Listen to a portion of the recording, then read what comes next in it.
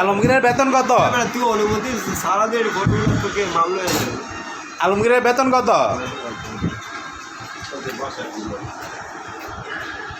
এই রুবেল ভাই, আলমগীরের বেতন কত? 50 টাকা।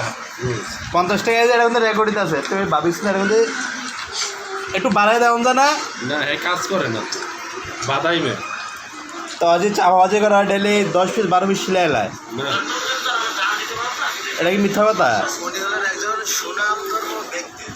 তুই যে ওই বেটার 50 টাকা দিছ, হ্যাঁ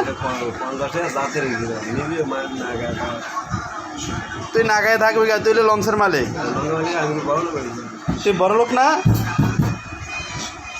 তোর টেকাগুলা কার কার কাছে ভাবি ক? আর কথা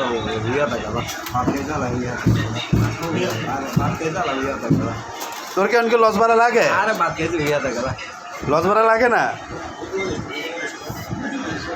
হ্যাঁ, আপনারা কেউ মাইন্ড করবেন না, টেনশন করবেন না। উনি হলো একজন শিল্পপতি আলমগীর হোসেন।